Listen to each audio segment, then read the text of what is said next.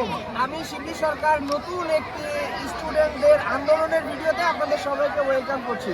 তো দর্শক, আমি এই মুহূর্তে অবস্থান করছি বগুড়ার সারিয়াকান্দি উপজেলার নার্সি ইউনিয়নের মাজেদা রহমান স্কুল অ্যান্ড কলেজে। তো এখানে দেখতে পাচ্ছেন আমার পিছনে সব এই স্কুল অ্যান্ড কলেজের শিক্ষার্থীরা, তারা বিভিন্ন দাবি দফা নিয়ে গতকাল থেকে তারা আন্দোলনে গেছে।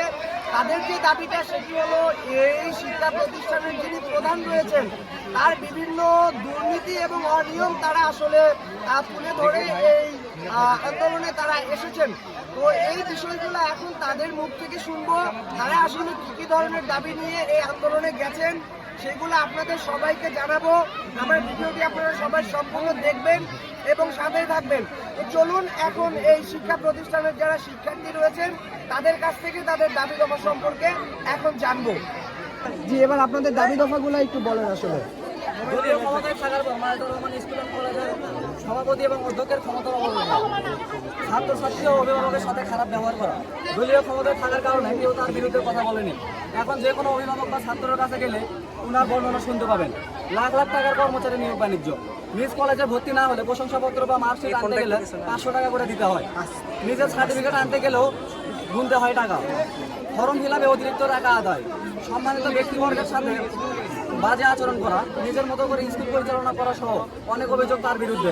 বিভিন্ন ছাত্রের প্রাইভেটের নামে মেয়েদের সাথে অর্থনৈতিক সম্পর্কে জড়ানো এবং তা প্রকাশের পর তার বিচারের আওতায় না নিয়ে আসা। প্রাইভেটের নামে প্রশ্ন ফাঁস এবং ক্লাস টিচারের কাছে প্রাইভেট না পড়লে সেই শিক্ষার্থীকে ফেল করে দেওয়া, তার সাথে ক্লাসের টর্চার। স্কুল চলাকালীন ক্লাস টাইমে স্কুল এরিয়ার বাইরে গিয়ে ছাত্রের ব্যক্তিগত স্বার্থ হাসিল করা। অর্থ প্রতিষ্ঠানের শিক্ষক ব্যক্তি দেওয়ার প্রবলন দেখিয়ে নিজের স্বার্থ হাসিল ও শিক্ষার্থীদের নিজের ব্যবসা প্রতিষ্ঠান থেকে জোরপূর্বক পণ্য ক্রয় করতে বাধ্য করা। তারপরে এই ক্ষেত্রে আরও পাশাপাশি রয়েছে আমাদের স্কুল থেকে সারিয়াকান্দিতে টুর্নামেন্ট অনুষ্ঠিত হয়। আমরা ভলিবল খেলার জন্য ভলিবল টুর্নামেন্টের জন্য আমরা অনেক প্র্যাকটিস করেছিলাম, কিন্তু আমাদের শারীরিক শিক্ষা টিচারকে যখন আমরা খেলার কথা জানাই তখন তিনি আমাদের অধ্যক্ষের কাছে আলোচনা করলে অধ্যক্ষ আমাদের সারিয়াকান্দি যাওয়ার গাড়ি ভাড়া পর্যন্ত দেয়নি, আমরা খেলতে পারি নাই।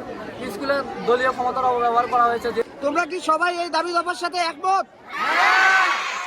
তো দেখতে পাচ্ছেন যে এখন তোমাদের সর্বশেষ চাওয়াটা কি একটু বলবা?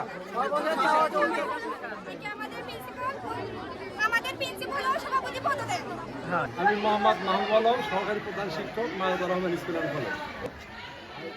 গতকাল থেকে ছাত্ররা আন্দোলন করতেছে, তাদের একটাই দাবি যে আমাদের প্রিন্সিপাল ম্যাডামের পদত্যাগের দাবির জন্য তারা আবেদন। নট অনলি প্রিন্সিপাল, তারা আসলে সভাপতি এবং সভাপতি প্রিন্সিপাল আন্দোলন করতেছে। এখন আমরা যেটা বলবো যে আমরা ন্যায়ের পক্ষে আর কি।